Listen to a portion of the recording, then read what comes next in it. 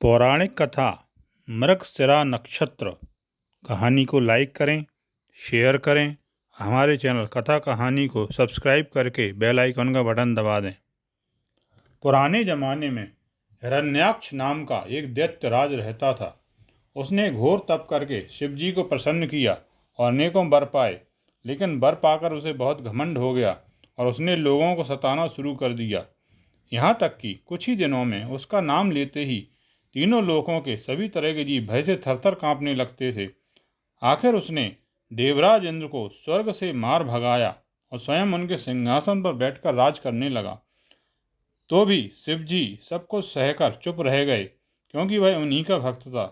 लेकिन आखिर जब उसने कैलाश पर भी चढ़ाई कर दी तो उन्हें बहुत क्रोध आया और उन्होंने उसे श्राप दिया। रे हिरण्याक्ष, तू मेरा भक्त था, इसलिए अब तक मैं तेरी सारी करतूतें सहता रहा, लेकिन दिन दिन तेरा अत्याचार बढ़ता ही गया।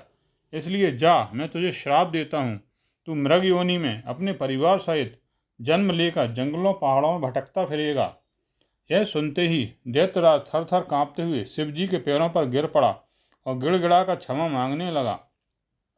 तब शिवजी को उस पर दया आ गई और उन्होंने कहा, अब श्राप तो टल नहीं सकता। हाँ, 12 बरस तक मृग रूप में रहने के बाद तुम सभी एक व्याध के हाथों मरोगे। उस समय तुम्हें अपने पहले जन्म की याद आएगी और तुरंत श्राप से छूट जाओगे। व्याध शिकारी को कहते हैं। यह कहकर शिवजी अंतर्ध्यान हो गए। महादेव के श्राप के कारण हिरण्याक्ष अपनी पत्नियों सहित हिरणों के रूप में पैदा हुआ और जंगलों में घूमने लगा। ये हिरण जिस जंगल में घूमा करते थे, उसी में हर रोज शिवजी का एक भक्त बेलपत्र तोड़ने आया करता था। वह पेड़ पर चढ़कर एक एक पत्ता तोड़ता और एक एक बार शिवजी का नाम लेता। उसी पेड़ की जड़ में एक शिवलिंग भी था। वह बेल के कुछ पत्ते उस लिंग पर चढ़ाकर पूजा भी कर लेता। हिरण भी श्राप के कारण ही उस रूप में पैदा हुए थे, इसलिए वे रोज वहां आकर उस शिव भक्त की पूजा देखा करते। वे रोज सवेरे ही आकर उस लिंग के चारों ओर झाड़ बुहार कर साफ कर देते और उस भक्त के आने की राह देखते हुए खड़े रहते। इस तरह उस भक्त के साथ साथ वे हिरण भी शिवजी की सेवा करते रहे। कुछ दिन बाद एक व्याध यानी शिकारी उसी जंगल में आकर रहने लगा। वह कोई मामूली व्याध ना था, वह भी एक ब्राह्मण था जो अपने धर्म से भ्रष्ट होकर किरातों में मिल गया था।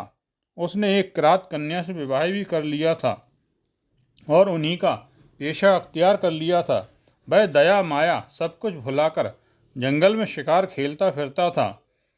जब वह शिव भक्त बिल्व पत्रों के लिए आता तो इस व्याध से उसका सामना हो जाता। उसको शिव शिव कहते देखकर चिढ़ाने के लिए व्याध भी शिव शिव कहना शुरू कर देता। वह इसी तरह चिढ़ा चिढ़ाकर आखिर हार कर वहाँ से चला जाता। व्याध को रोज कोई ना कोई शिकार मिल ही जाता था, लेकिन एक दिन संयोग से उसे एक भी शिकार ना मिला। तब व्याध ने प्रण कर लिया कि बिना कोई शिकार करे वह घर नहीं लौटेगा। इतने में अंधकार हो गया। तब लाचार होकर वह व्याध नज़दीक के एक वृक्ष पर चढ़कर बैठ गया। इतने में उसे अचानक उस शिव भक्त की याद आ गई।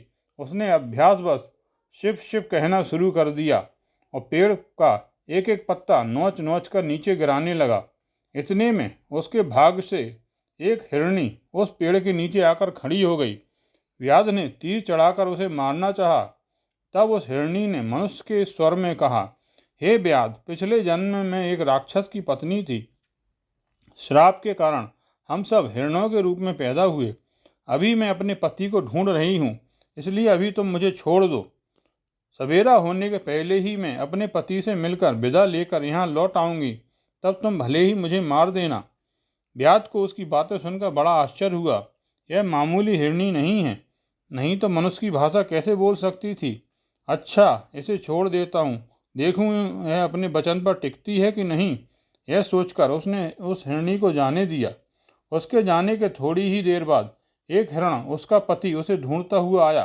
व्याध ने उसे भी मारना चाहा, लेकिन उसने भी हिरणी की ही तरह सवेरा होने के पहले ही लौटकर आने का वादा किया और चला गया।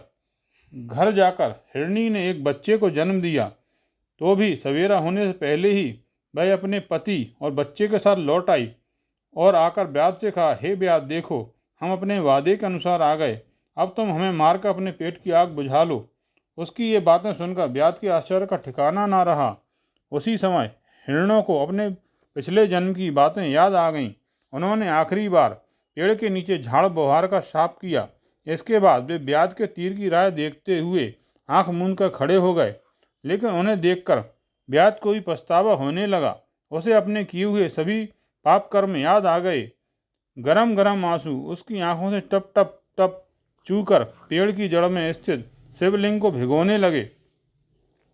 अंधेरे में वह ब्याध जिस पेड़ पर चढ़ गया था वह बिल्व वृक्ष था। अनजाने में उसने जो पत्ते नोचकर नीचे गिराए वे सीधे पेड़ की जड़ में शिवलिंग पर जा गिरे। उसने चाहे मजाक में ही क्यों न हो शिवजी का नाम भी लिया था। इसके अलावा उसके भाग्य से उस दिन शिवरात्रि का पुण्य पर्व भी था, इसलिए उसे जागरण करने का फल भी मिला। उसके आंसू शिवलिंग पर जा गिरे थे, इसलिए उसे अभिषेक करने का सौभाग्य मिल गया। इन सब कारणों से शिवजी उस पर प्रसन्न हुए। उन्होंने उस लिंग में से प्रत्यक्ष होकर ब्याध को हिरणों के पूर्व जन्मों की कथा सुनाई। उनकी करुणा से ब्याध के सभी पाप धुल गए और उसे भी मुक्ति मिल गई। उनके घर भर से वे हिरण आकाश में पहुंचकर तारों के रूप में प्रकट हुए और शाश्वत क्रांति से चमकने लगे। इसीलिए 27 नक्षत्रों में से एक का नाम मृगशिरा पड़ गया। इस तरह शिवजी की कृपा से दैत्यराज का श्राप भी टल गया और उसके सारे परिवार का नाम भी अमर हो गया। उसी नक्षत्र को हम मृगशिरा नक्षत्र के नाम से जानते हैं। वह आकाश में आज भी टिमटिमाता है। आपने यह कहानी ध्यानपूर्वक सुनी, इसके लिए धन्यवाद। आपको यह पौराणिक कहानी कैसी लगी कमेंट बॉक्स में जाकर लिखिए।